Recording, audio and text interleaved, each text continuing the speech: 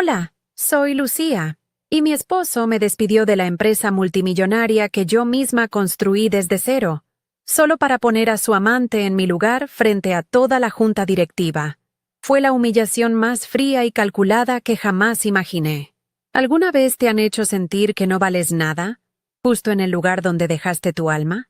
Antes de contarte cómo su sonrisa de triunfo se convirtió en una máscara de pánico puro en menos de 10 minutos, déjame un comentario diciéndome desde dónde me estás viendo y suscríbete al canal.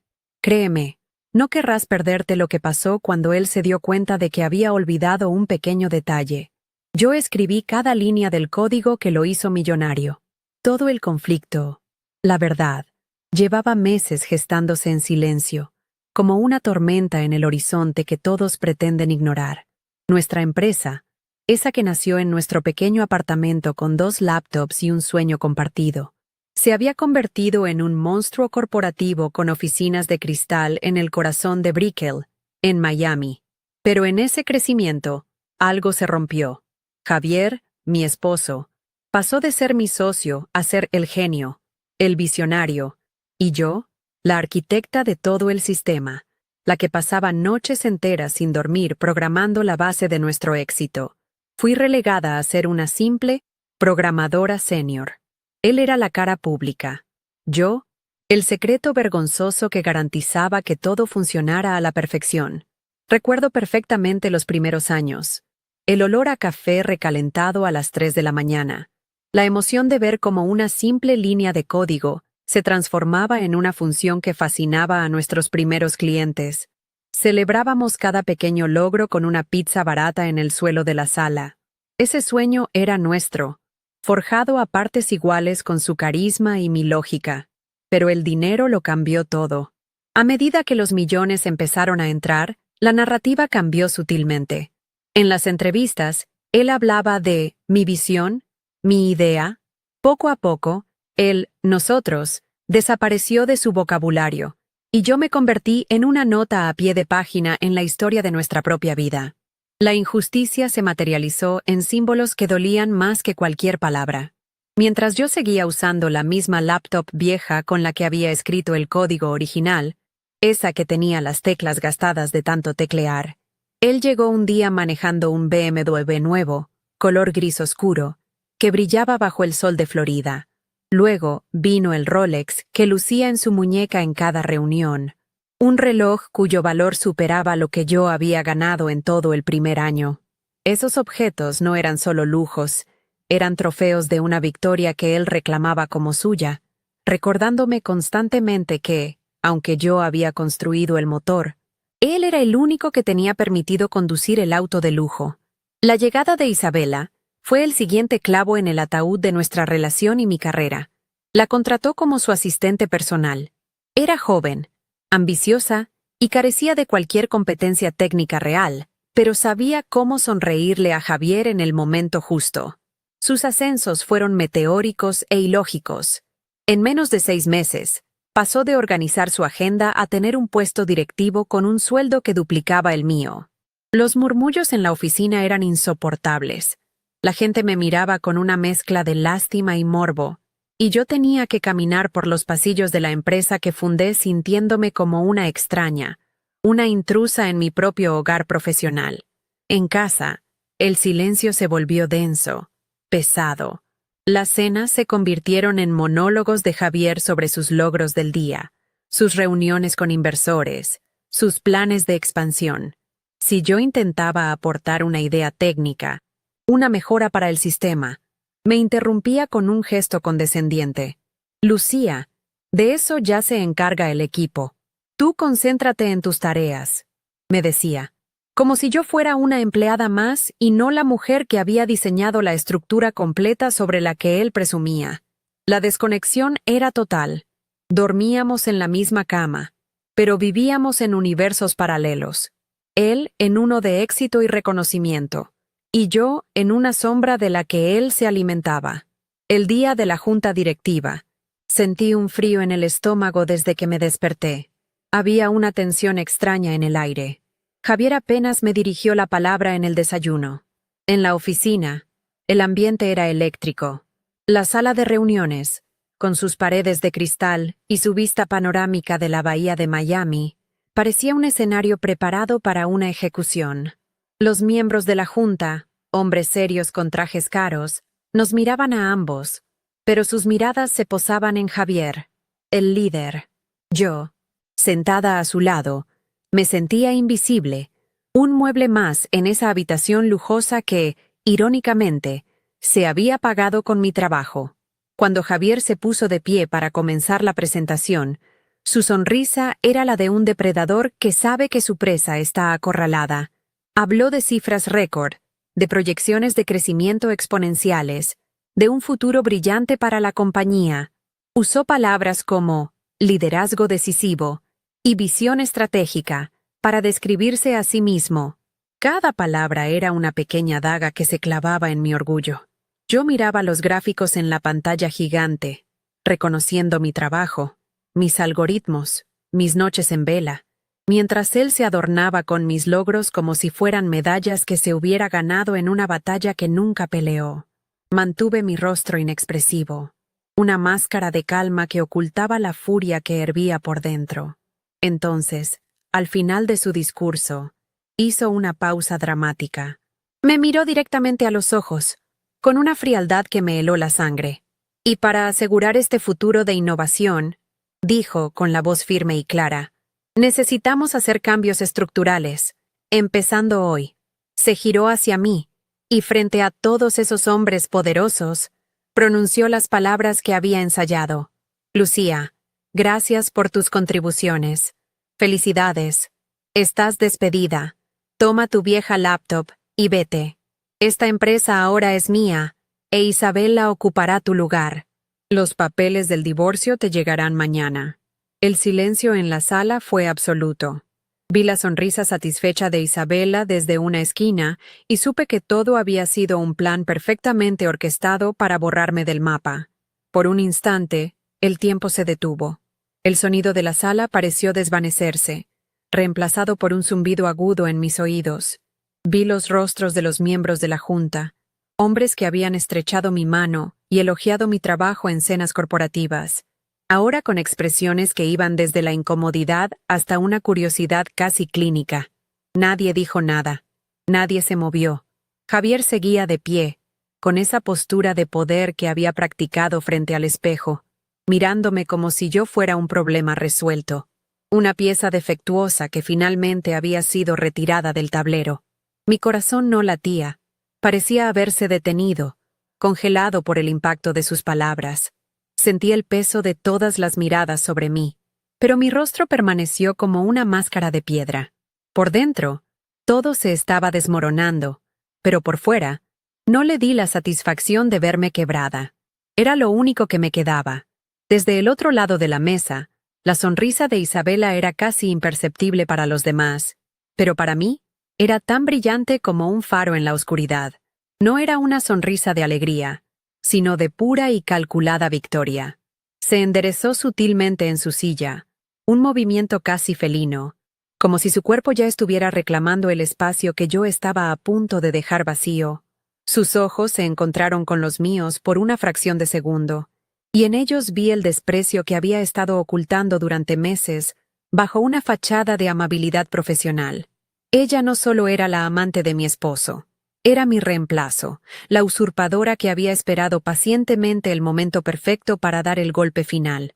En ese instante entendí que esto no era solo una traición amorosa, sino una conspiración meticulosamente planeada para borrarme por completo de la ecuación, para robarme mi legado y mi vida.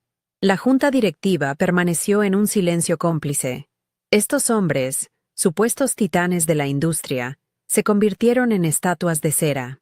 Algunos desviaron la mirada hacia sus costosos relojes.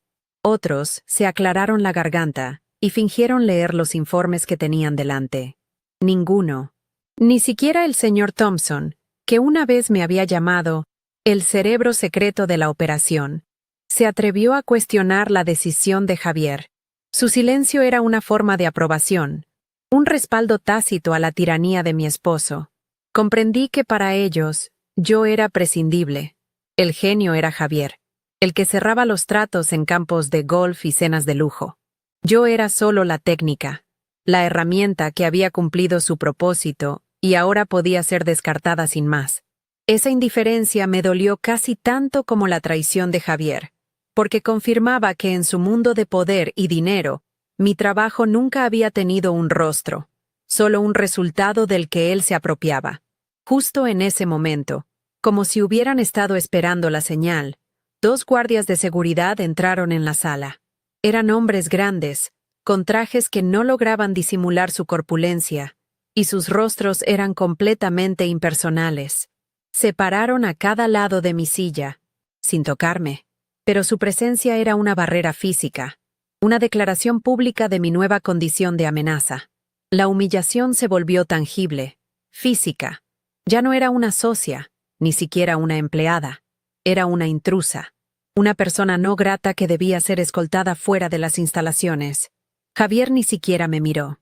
Siguió hablando con la junta, presentando a Isabela como la nueva directora de innovación, mientras yo era tratada como una delincuente en el mismo lugar donde había invertido cada gota de mi energía y mi talento.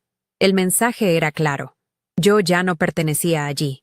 Me levanté lentamente, con una dignidad que no sabía que poseía. Los guardias caminaron a mi lado mientras me dirigía a mi escritorio, ubicado en un rincón del área de programadores. Sentí los ojos de todo el equipo sobre mí, algunos de mis colegas, personas con las que había compartido almuerzos y resuelto problemas complejos, bajaron la cabeza, fingiendo estar concentrados en sus pantallas. Otros me miraban con una mezcla de lástima y miedo, sabiendo que si me habían hecho esto a mí, nadie estaba a salvo. Llegué a mi cubículo y allí estaba, mi vieja laptop, con las teclas desgastadas y una calcomanía de un congreso de programación de hacía años. La tomé en mis brazos, junto con un par de libros y una foto nuestra de cuando éramos felices. Ese simple acto, recoger mis pocas pertenencias bajo la atenta mirada de los guardias, fue la culminación de mi degradación. Mientras sostenía la laptop, un recuerdo vívido me asaltó. Una noche, años atrás, en nuestro primer apartamento.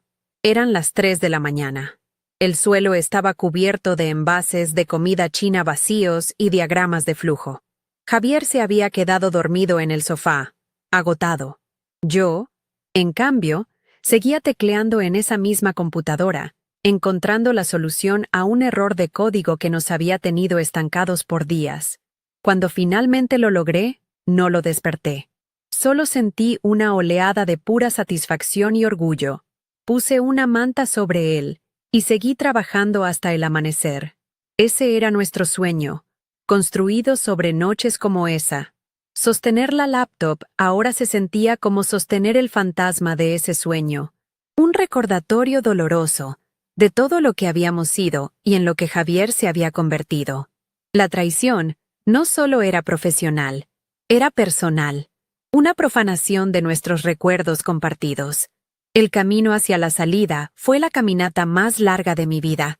Cada paso resonaba en el silencio antinatural de la oficina. Los teclados habían dejado de sonar. Los teléfonos habían dejado de timbrar. El único sonido era el de mis tacones sobre el piso de concreto pulido y la respiración contenida de decenas de personas. Pasé por la sala de descanso, donde tantas veces había compartido un café con mi equipo. Pasé por las pizarras blancas llenas de mis diagramas y mis ecuaciones. Cada rincón de ese lugar estaba impregnado de mi trabajo, de mi sudor, de mi dedicación. Y ahora, estaba siendo expulsada de él como si nunca hubiera existido. Mantuve la cabeza en alto, mirando al frente, negándome a que vieran el dolor en mis ojos. No les daría esa última victoria. Al pasar por la oficina de la esquina, la que había sido mía hasta esa mañana, vi a Isabela ya dentro. Estaba de pie, de espaldas a la puerta, hablando por teléfono mientras miraba por la ventana panorámica la vista de la bahía de Biscayne. La misma vista que yo había contemplado durante incontables horas mientras diseñaba la arquitectura del sistema. No perdió ni un segundo en ocupar mi lugar, en reclamar mi espacio. La rapidez con la que se movió, la naturalidad con la que se adueñó de mi mundo, me confirmó la premeditación de todo. Esto no había sido una decisión impulsiva de Javier. Había sido un golpe de estado fríamente calculado, y yo era la única que no lo había visto venir. La imagen de ella allí, en mi oficina, con mi vista, se grabó en mi mente como una quemadura. Finalmente, llegamos a los ascensores. Uno de los guardias presionó el botón de llamada con una eficiencia mecánica. Mientras esperábamos, me vi reflejada en las puertas de acero pulido. Mi rostro estaba pálido, mis ojos parecían dos pozos oscuros, pero mi expresión era extrañamente serena. No había lágrimas, no había ira visible, solo un vacío profundo, una calma helada que se estaba instalando en el centro de mi ser. Las puertas se abrieron con un suave silbido y entré sin que tuvieran que indicármelo. Cuando se cerraron, cortando mi última visión de la oficina que había construido, sentí una extraña sensación de finalidad. Una puerta se había cerrado de la manera más brutal posible, pero en ese encierro metálico, algo nuevo comenzaba a tomar forma dentro de mí. Dentro del ascensor, el silencio era absoluto. Los dos guardias miraban al frente, evitando cualquier contacto visual. El descenso desde el piso 40 parecía durar una eternidad. En esa caja de metal suspendida en el aire, el shock inicial comenzó a disiparse, reemplazado por una claridad cortante. La humillación, la traición, el dolor, todo se estaba cristalizando en una sola emoción, una resolución fría como el acero. No era venganza lo que sentía, era algo más puro, más fundamental. Era la necesidad de justicia. Javier había intentado borrarme, reducirme a nada, a una anécdota vergonzosa, pero había olvidado un detalle crucial. Había olvidado quién era yo en realidad. No la esposa silenciosa ni la empleada sumisa. Yo era la arquitecta. Y cada arquitecto conoce los cimientos de su edificio, incluyendo las puertas traseras que nadie más puede ver. Cuando las puertas del ascensor se abrieron en el vestíbulo, la luz del sol de Miami me cegó por un momento. Salí al calor húmedo de la tarde de Brickell, un contraste brutal con el aire acondicionado helado de la oficina. El ruido de la ciudad, los autos, las sirenas a lo lejos, me devolvió a la realidad. Me detuve en la acera, con mi vieja laptop en brazos, y miré hacia arriba, hacia la imponente torre de cristal que albergaba mi vida robada. Los guardias se quedaron en la entrada, observándome, asegurándose de que me fuera. Y entonces, en medio de la conmoción y el dolor, una pequeña sonrisa, casi imperceptible, se dibujó en mis labios. No era una sonrisa de felicidad, ni de tristeza. Era la sonrisa de alguien que acababa de recordar dónde había escondido la llave maestra. El plan de contingencia que había creado meses atrás, en un momento de lucidez paranoica, acababa de activarse. El juego de Javier no había terminado. De hecho, el mío apenas estaba por comenzar. Me alejé de esa torre de cristal sin mirar atrás. Cada paso sobre el pavimento caliente de Brickell era una afirmación. Una forma de poner distancia física y emocional con la mujer que había sido hasta hace unos minutos. No corrí. No me escondí. Caminé con la cabeza en alto, sintiendo el peso de la laptop en mis brazos como si fuera un ancla y un arma al mismo tiempo. La gente pasaba a mi lado, absorta en sus propias vidas, ajena a la guerra silenciosa que acababa de declararse. No necesitaba un refugio, solo un lugar tranquilo, un rincón anónimo donde pudiera dar el siguiente paso. Un pequeño café a unas cuantas cuadras parecía el lugar perfecto. Un oasis de normalidad en medio del caos que estaba a punto de desatar. Era un lugar sin lujos, sin paredes de cristal ni vistas panorámicas, y por eso mismo se sentía como el territorio neutral ideal para mi contraataque. Me senté en una pequeña mesa al fondo, lejos de la ventana. El olor a café recién molido y el murmullo de las conversaciones me envolvieron, creando una extraña burbuja de calma. Abrí mi vieja laptop. La superficie gastada bajo mis dedos se sentía familiar y reconfortante. Era la única posesión que realmente me importaba, no por su valor monetario, sino porque contenía la historia de mi vida. Cada línea de código era un testimonio de mis noches sin dormir, de mi pasión y de mi ingenio. Mientras el sistema operativo arrancaba con su zumbido habitual, Sentí cómo la conmoción se disipaba por completo, reemplazada por una claridad helada. Ya no había dolor, solo un propósito. Javier había jugado su carta, creyendo que era el jaque mate, pero había olvidado que en este tablero yo había diseñado las reglas y conocía cada movimiento posible antes de que él siquiera lo pensara. Mis dedos volaron sobre el teclado, no con furia, sino con la precisión de un cirujano. Abrí una terminal segura, una puerta trasera que yo misma había construido en el núcleo del sistema meses atrás. No fue por paranoia, sino por un instinto de supervivencia que me susurraba al oído que no debía entregar todo mi poder sin tener una salvaguarda. Lo llamé Proyecto Atenea. Era mi póliza de seguro digital, un mecanismo diseñado no para destruir, sino para reclamar. Mientras escribía las contraseñas, recordé el día que lo creé. Javier estaba en un viaje de negocios en Dubái, cerrando un trato millonario gracias a una funcionalidad que yo había desarrollado en una sola noche. Me envió una foto desde su hotel de lujo, brindando con champaña. Esa noche, mientras él celebraba, yo estaba construyendo mi red de seguridad, sintiendo por primera vez que el a nosotros se había roto para siempre. El plan era elegante en su simplicidad. No era un virus destructivo ni un ataque de ransomware. Era una transferencia legal y técnica de la propiedad intelectual. El código que yo había escrito, el corazón palpitante de toda la empresa, estaba registrado bajo una entidad legal que yo controlaba en secreto. Una LLC durmiente que había creado con la ayuda de un abogado discreto hacía más de un año. El sistema de la empresa simplemente operaba bajo una licencia revocable. Javier, en su arrogancia y su desdén por los detalles técnicos que consideraba trabajo de bajo nivel, nunca se molestó en leer la letra pequeña de los acuerdos de propiedad intelectual que yo misma redacté. Él estaba demasiado ocupado siendo el genio visionario como para darse cuenta de que el castillo que creía suyo estaba construido sobre cimientos que yo podía retirar en cualquier momento. Justo cuando estaba a punto de iniciar la secuencia final, una notificación apareció en la esquina de mi pantalla. Era un correo electrónico de Recursos Humanos.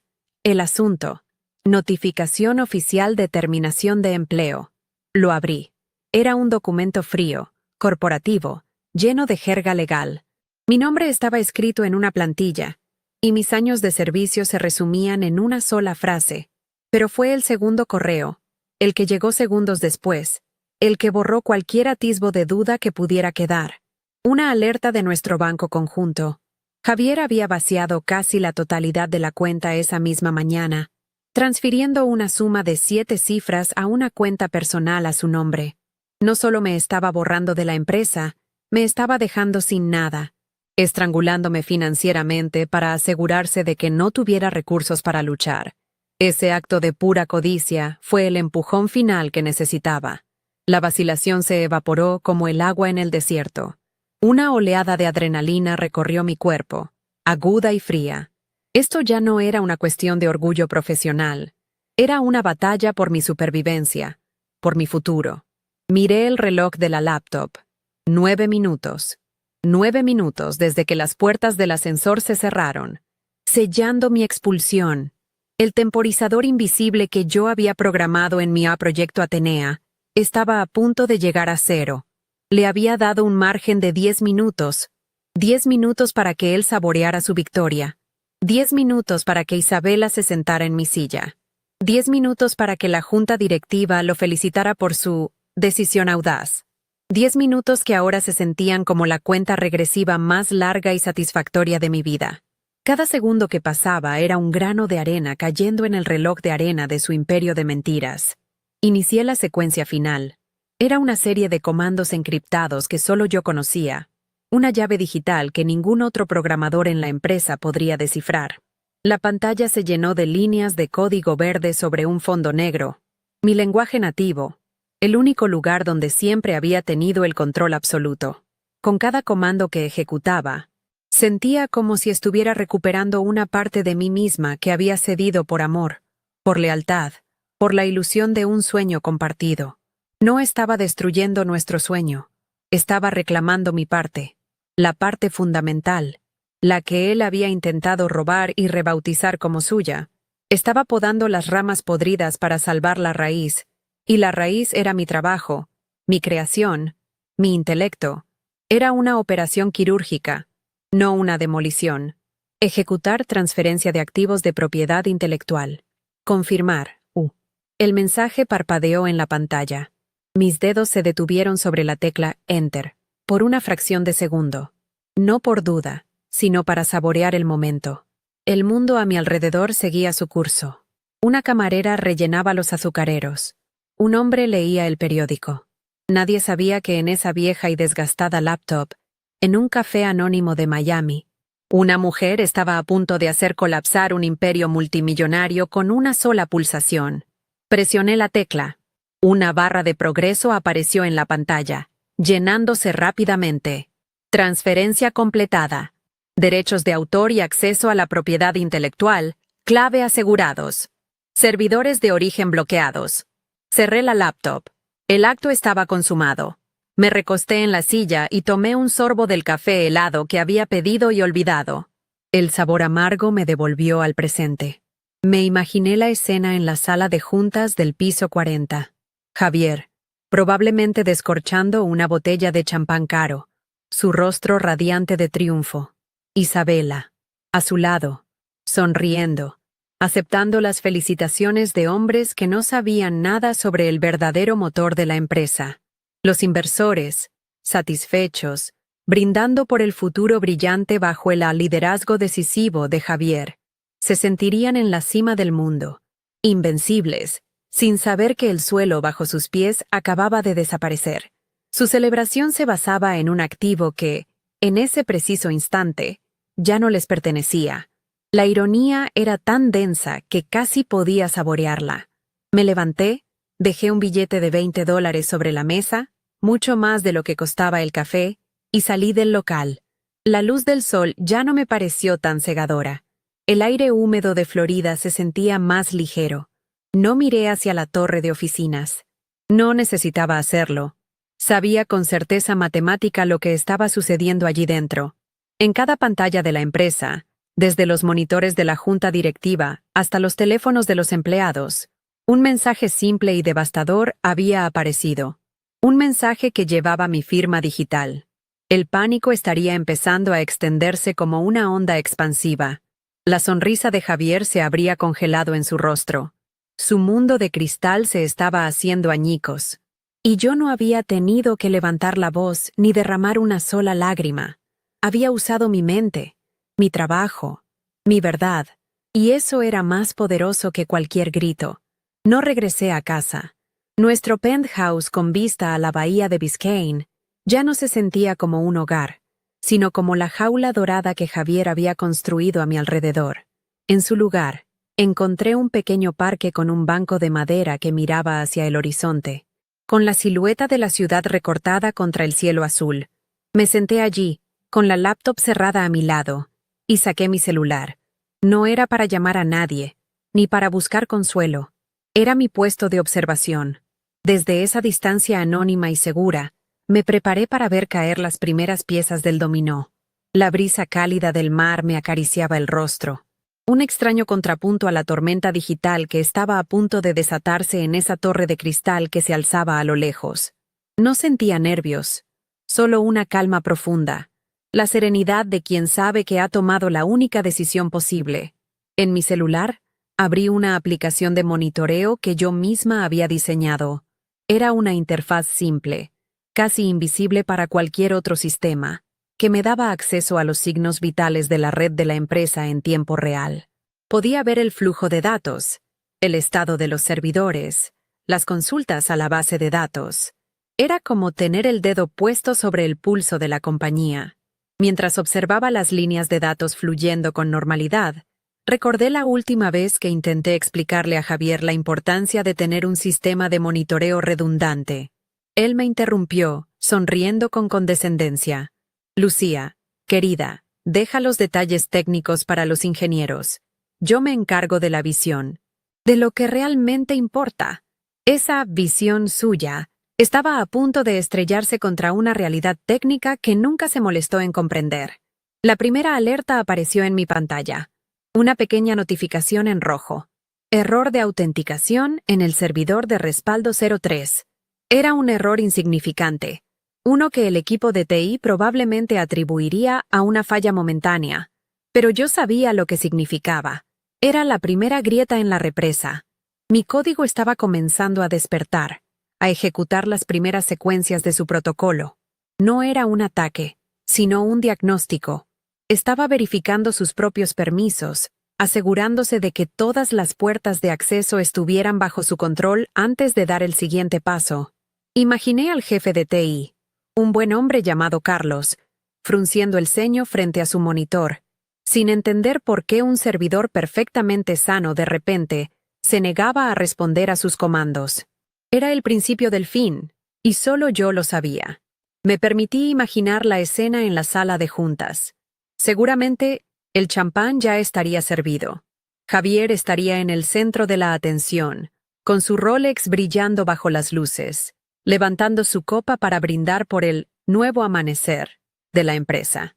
Isabela estaría a su lado, sonriendo, aceptando las felicitaciones de los miembros de la junta, hombres que solo veían los números en un informe y el carisma de un líder falso. Probablemente estarían discutiendo planes de expansión, adquisiciones, una oferta pública inicial. Estarían construyendo castillos en el aire, sin saber que los cimientos, la tierra misma sobre la que se erigían sus sueños de codicia, estaban siendo retirados silenciosamente bajo sus pies. La ironía era tan amarga y tan dulce, que casi pude saborear las burbujas de su celebración vacía. Entonces, mi teléfono vibró. Un número desconocido. Lo dejé sonar hasta que se fue al buzón de voz. Inmediatamente después, otra llamada, esta vez de Ana, una de las programadoras junior de mi antiguo equipo. Dudé un segundo, sintiendo una punzada de lealtad hacia ella, pero contestar habría sido un error. Mi silencio era mi arma más poderosa en ese momento. Sabía que las llamadas eran una señal de que el caos estaba empezando a filtrarse desde la sala de servidores hasta los escritorios de los empleados.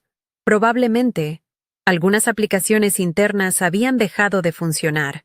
El acceso a ciertos archivos cruciales estaría denegado.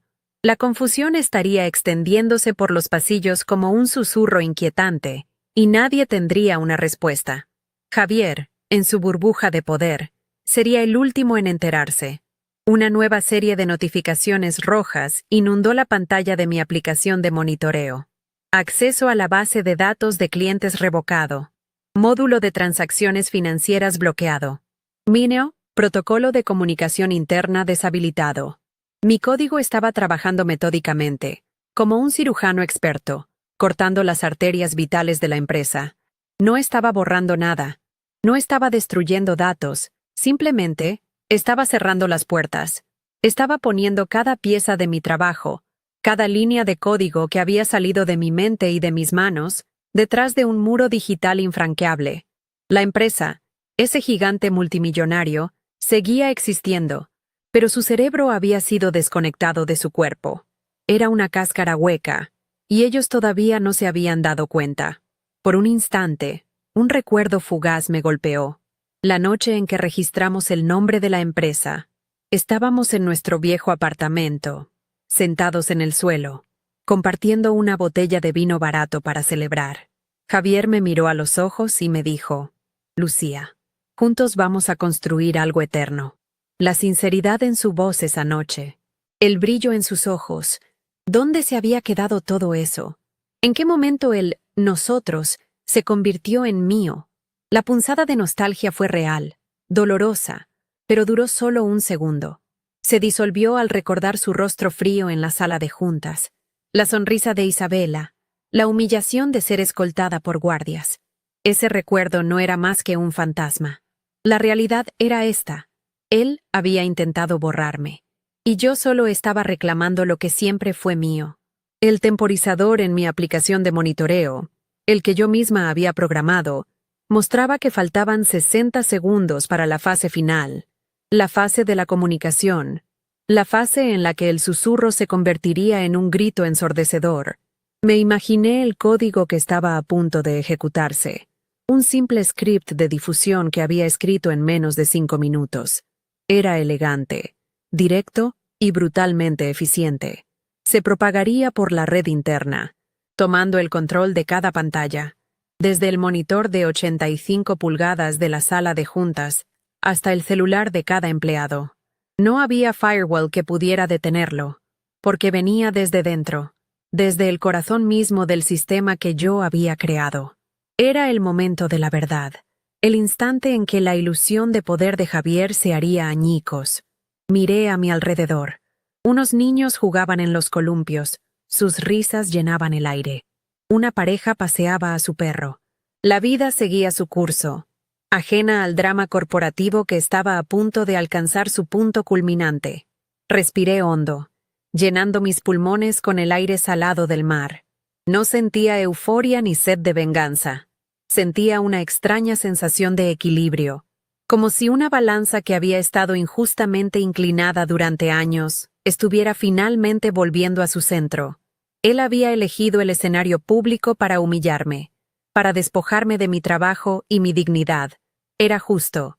Entonces, que la verdad también se revelara públicamente, en todas las pantallas de su reino de mentiras. El poder no estaba en el dinero ni en los títulos. Estaba en la verdad. Mi celular vibró una última vez. No era una llamada. Era una simple notificación de mi propia aplicación. Un texto verde sobre fondo negro. Fase final. Ejecución completada. Levanté la vista hacia la torre de cristal, ahora teñida de naranja por el sol del atardecer. En ese preciso instante, en el piso 40, la sonrisa de Javier se estaba congelando. La copa de champán temblaría en su mano. El pánico, puro y helado, estaría comenzando a apoderarse de sus ojos, porque en cada pantalla a su alrededor, en un tipo de letra grande y claro, un mensaje simple había aparecido. Un mensaje que no podía borrar, ignorar ni negar. Un mensaje que llevaba mi nombre. El juego había terminado. Y yo había ganado. Mi celular vibró una última vez.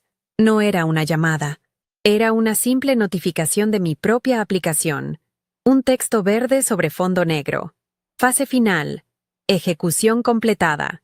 Levanté la vista hacia la torre de cristal, ahora teñida de naranja por el sol del atardecer. En ese preciso instante, en el piso 40, la sonrisa de Javier se estaba congelando.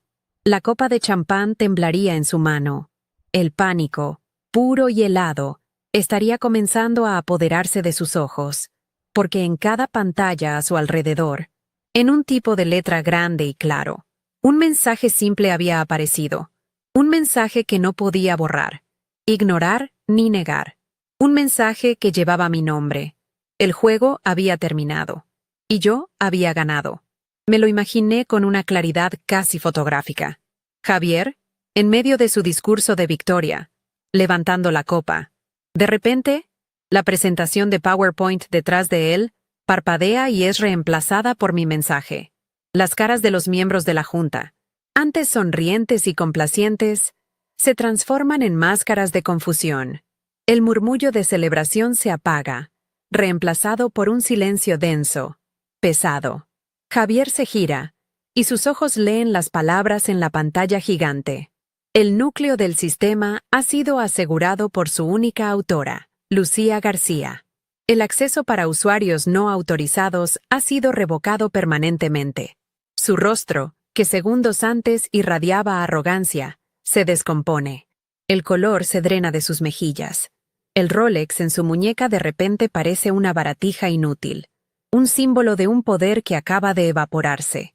Isabela, a su lado, no entendería la magnitud del desastre al principio. Su experiencia técnica era nula. Probablemente pensaría que era un error, un hackeo. Miraría a Javier, esperando que él, el genio, resolviera el problema con una llamada rápida. Pero al ver el terror puro en sus ojos, la forma en que su mandíbula se tensaba y su respiración se volvía superficial, ella comprendería. Comprendería que el trono que acababa de heredar era un espejismo, que el poder que creía haber obtenido era prestado y que el préstamo acababa de ser cobrado. Su sonrisa de triunfo se desvanecería, reemplazada por la cruda comprensión de que había apostado por el caballo equivocado, y que la carrera acababa de terminar de la manera más inesperada posible. La alianza entre ellos, forjada en la traición, se rompería en ese instante de pánico compartido. Los hombres de la junta directiva, en cambio, lo entenderían todo al instante. Eran tiburones, y sabían reconocer el olor de la sangre en el agua. Palabras como propiedad intelectual y acceso revocado eran su lenguaje.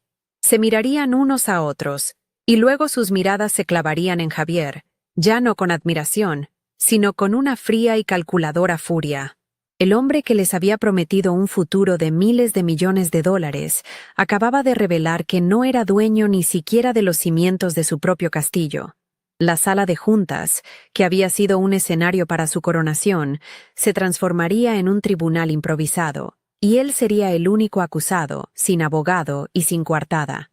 Su mundo de apretones de manos y promesas vacías se derrumbaría sobre él. Mi teléfono comenzó a sonar. El nombre de Javier apareció en la pantalla, iluminando la tarde que caía. No contesté. Dejé que sonara, disfrutando del silencio mientras su nombre parpadeaba una y otra vez. Cada vibración era una confirmación. El poder había cambiado de manos. Ya no era él quien me llamaba para darme órdenes o para ignorarme. Ahora me llamaba desde el fondo de un abismo, buscando la única mano que podría sacarlo de allí. Pero esa mano ya no estaba disponible para él. Dejé que la llamada fuera al buzón de voz. Un acto simple pero definitivo. Era mi primera decisión como una mujer libre, y se sintió increíblemente bien. El silencio, mi silencio, era ahora mi respuesta más poderosa. Inmediatamente después, sonó de nuevo. Un número que reconocí como el de la oficina del señor Thompson, el presidente de la junta. Lo ignoré también. Luego, una avalancha de mensajes de texto. De Ana, de Carlos, el jefe de TI, probablemente desesperados y confundidos. Y luego, otro de Javier. Esta vez un mensaje de voz. No lo escuché, pero la transcripción apareció en mi pantalla. Era un balbuceo incoherente de: Lucía, por favor, tenemos que hablar. Esto es un malentendido. Llámame, por favor, Lucía. La arrogancia se había desintegrado, dejando solo el pánico desnudo de un hombre que había perdido el control. El hombre que me había despedido como a una empleada sin valor, ahora me suplicaba, demostrando que sin mí, él y su empresa no eran absolutamente nada. No sentía alegría, ni una euforia vengativa. Lo que sentía era una profunda sensación de justicia poética. Durante años, mi trabajo había sido mi voz. Pero era una voz que solo yo y los servidores entendíamos. Javier la había silenciado, la había ocultado bajo su propia narrativa de éxito. Ahora, esa misma voz, mi código, estaba hablando por mí, más alto y más claro que cualquier palabra que yo pudiera haber dicho en esa sala. Estaba declarando la verdad de una manera que nadie podía discutir. No era una opinión, era un hecho técnico irrefutable. Mi creación, la extensión digital de mi propia mente, se había levantado para defender a su creadora. Era como si el alma de la empresa, mi alma, finalmente se hubiera rebelado contra el impostor. Las palabras que elegí para el mensaje no fueron accidentales. Su única autora, Lucía García. Cada palabra era una daga precisa, única, para destruir la mentira del nosotros que él había vendido al mundo. Autora, para reclamar mi papel no como una simple ejecutora, sino como la creadora, la visionaria real, y mi nombre completo, Lucía García, para que no quedara ninguna duda. Él había intentado borrarme, reducirme a una nota a pie de página en mi propia historia, pero ahora, mi nombre era la única cosa visible en cada pantalla de su imperio vacío. Era el ancla de la nueva realidad. Una realidad en la que mi identidad y mi valor ya no estaban sujetos a su aprobación o reconocimiento. Mientras el cielo se teñía de tonos púrpuras y rosados, imaginé las llamadas frenéticas que estarían ocurriendo. Los inversores, los socios, los abogados. El castillo de naipes de Javier se estaba derrumbando en tiempo real. La empresa, en ese momento, era una cáscara multimillonaria. Tenía las oficinas de lujo en Brickell, los empleados, los contratos, pero no tenía el producto. No tenía el motor. Era como ser dueño de un Porsche sin motor. Podías sentarte en los asientos de cuero y admirar el tablero, pero no podías ir a ninguna parte. Y en el mundo de la tecnología, si no te mueves, estás muerto. Él había heredado un cuerpo hermoso pero sin cerebro. Y el cerebro, mi cerebro, ahora estaba a salvo en mis servidores privados. Recibí un último mensaje de texto de Javier.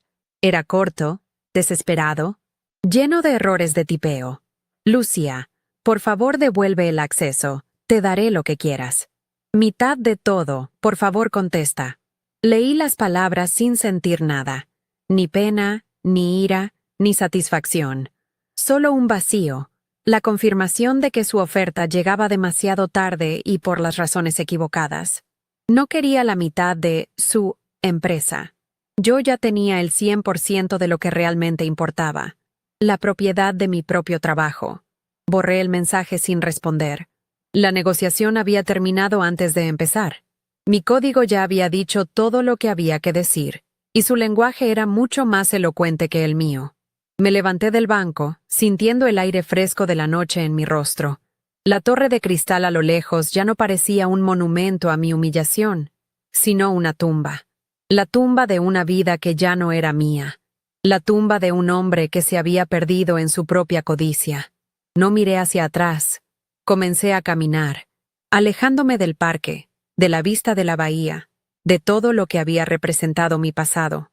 Con cada paso, sentía que me despojaba de un peso invisible. Ya no era la esposa de Javier, ni su empleada silenciosa. Era Lucía García, la única autora. Y por primera vez en mucho tiempo, no tenía idea de lo que iba a pasar mañana, y esa incertidumbre se sentía como la forma más pura de libertad. Un par de días después, en el vestíbulo de un hotel boutique en South Beach, que no se parecía en nada a la fría estética corporativa de mi antigua vida, me reuní con los abogados de la junta directiva. Javier no estaba allí. Me dijeron sin rodeos que había sido destituido de su cargo de director ejecutivo esa misma tarde. No me pidieron que devolviera la empresa. No me amenazaron. Me ofrecieron un trato. Querían licenciar mi código, la propiedad intelectual que ahora estaba innegablemente a mi nombre. El señor Thompson, el mismo que había permanecido en silencio durante mi humillación, me miró a través de la mesa de caoba y dijo: «Señorita García, subestimamos su papel. Fue un error catastrófico. No había disculpa en su voz, solo el pragmatismo de un hombre de negocios que intenta salvar una inversión de $100 millones.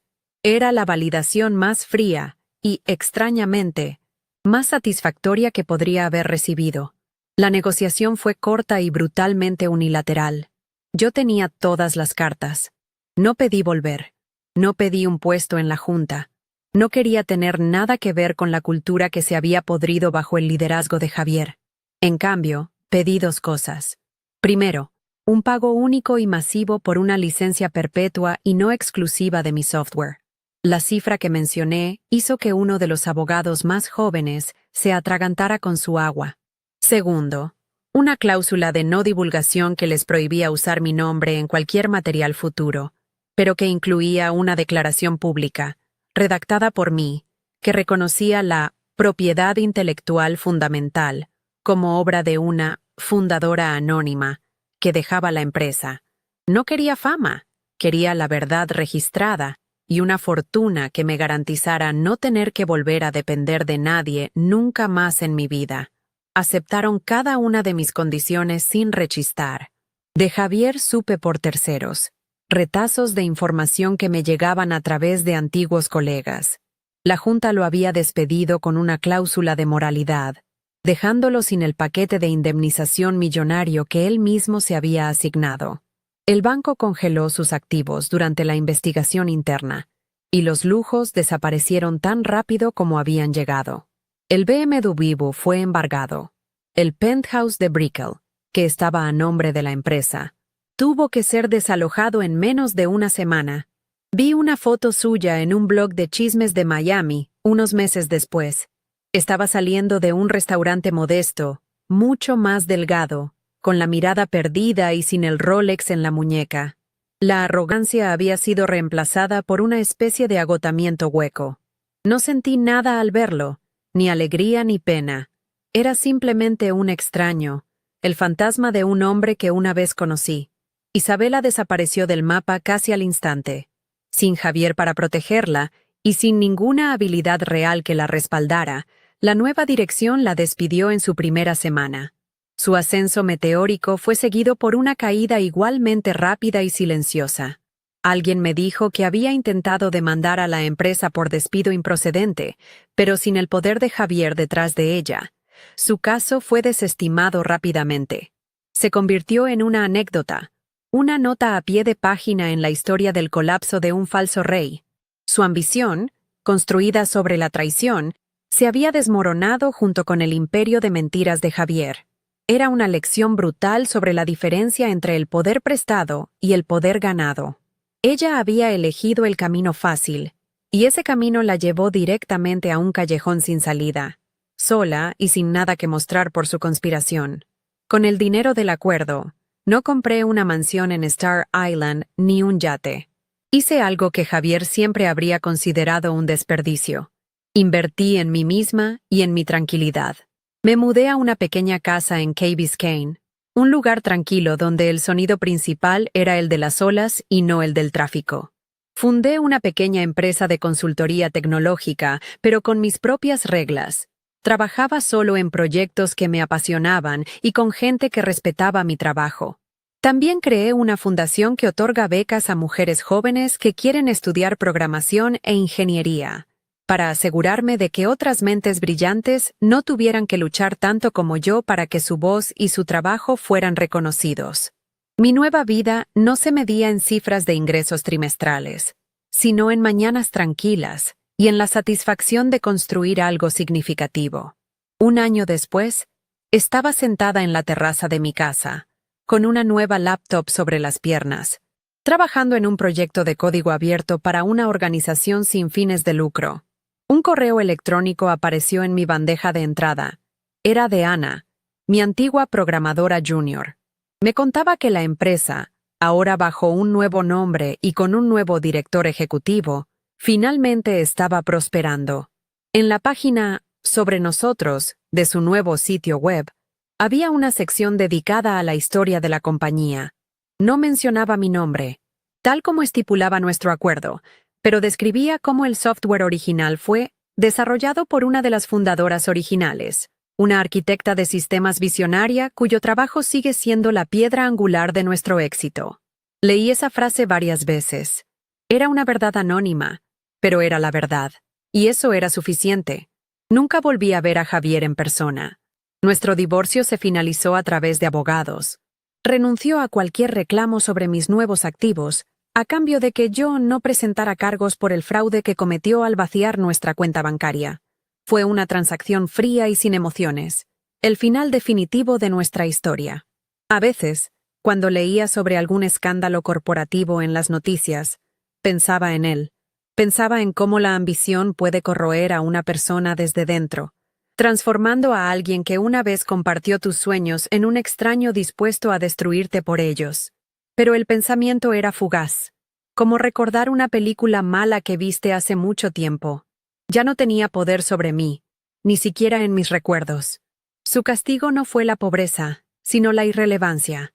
Mi vieja laptop, la que tenía las teclas gastadas, ahora descansa en una estantería de mi oficina en casa. No como un trofeo, sino como un recordatorio de dónde vengo, de las noches sin dormir, de los sueños forjados con café barato y líneas de código. Pero también es un recordatorio de que el valor real no está en los objetos de lujo ni en el reconocimiento público, sino en la capacidad de crear, en el conocimiento que nadie te puede quitar. A veces, cuando me siento bloqueada en un problema de programación, la miro. Y recuerdo a la mujer que la usó para construir un imperio, y luego para reclamar su alma. Recuerdo que todo lo que necesito para empezar de nuevo, para construir cualquier cosa que imagine, siempre ha estado en mis manos y en mi mente. Hoy mi vida es tranquila, y esa tranquilidad es el mayor lujo que he conocido. No hay juntas directivas, no hay luchas de poder, no hay necesidad de demostrar mi valía a nadie. Mi trabajo habla por sí mismo, y yo elijo a quién se lo muestro. La cicatriz de la traición de Javier nunca desaparecerá por completo, pero ya no duele. Se ha convertido en parte de mi historia, el capítulo oscuro que precedió al amanecer. Miro el océano desde mi ventana, con el teclado de mi nueva laptop bajo mis dedos, y siento una paz profunda. He escrito muchos códigos en mi vida, pero el más importante ha sido el de mi propia libertad. Y ese es un código que nadie, nunca más, podrá borrar o robar.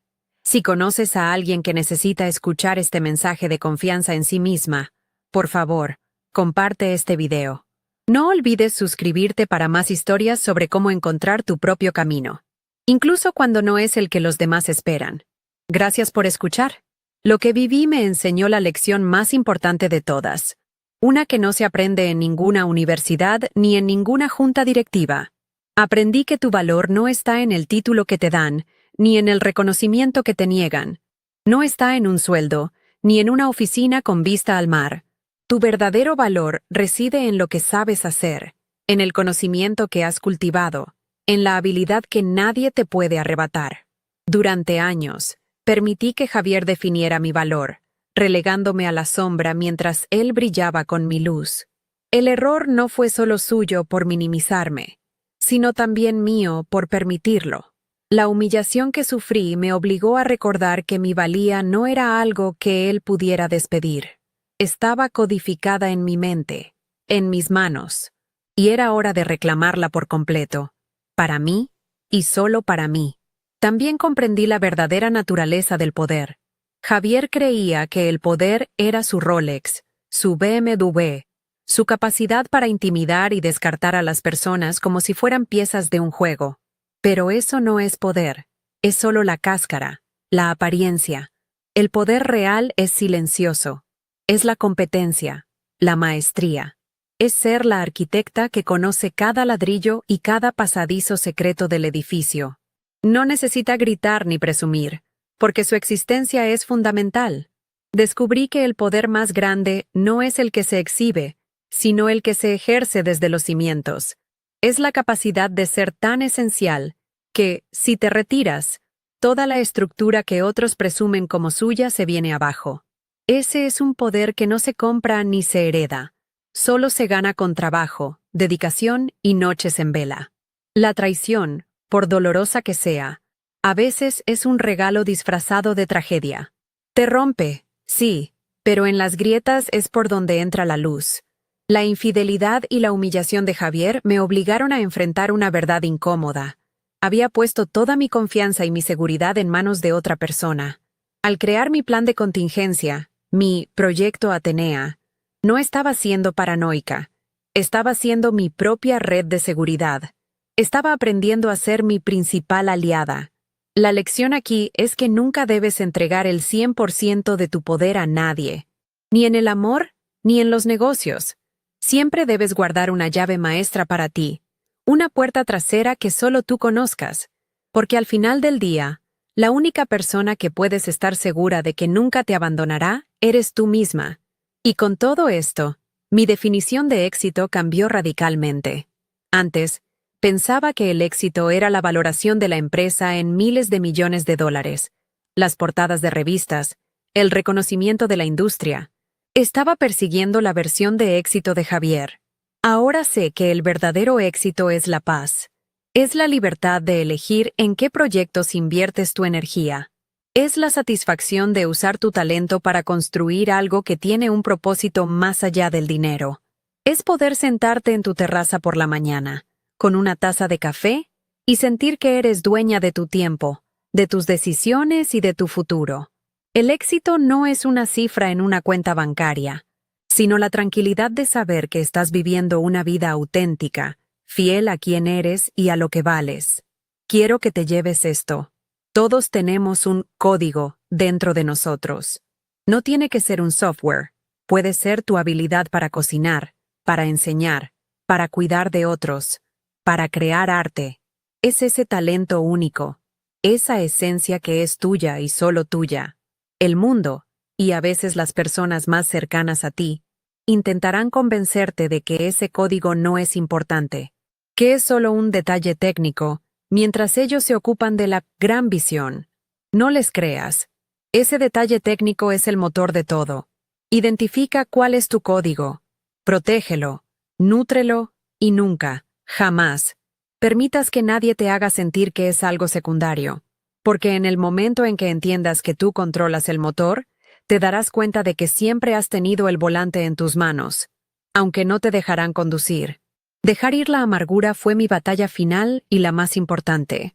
Hubiera sido muy fácil quedarme atrapada en el resentimiento, en el deseo de ver a Javier sufrir más, pero me di cuenta de que la venganza es una jaula que te mantiene atada a la persona que te hizo daño. Reclamar lo que era mío no fue un acto de venganza, fue un acto de justicia y de liberación personal. El verdadero triunfo no fue verlo caer, fue verlo en mi espejo retrovisor mientras yo avanzaba hacia mi propio horizonte. La mejor revancha es construir una vida tan plena y feliz que el pasado se convierte en una anécdota irrelevante. No dejes que el dolor te defina. Úsalo como combustible para construir el futuro que mereces. Un futuro donde tú escribes las reglas. Si mi historia resuena contigo, si alguna vez te han hecho sentir invisible o te han quitado el crédito por tu trabajo, quiero que sepas que no estás sola. Tu valor es intrínseco y no depende de la validación de nadie. Confía en tu talento, protege tu creación y nunca tengas miedo de pulsar el botón de reinicio en tu propia vida. A veces, el final más doloroso es simplemente el comienzo de tu verdadera historia, la que tú misma escribes, línea por línea.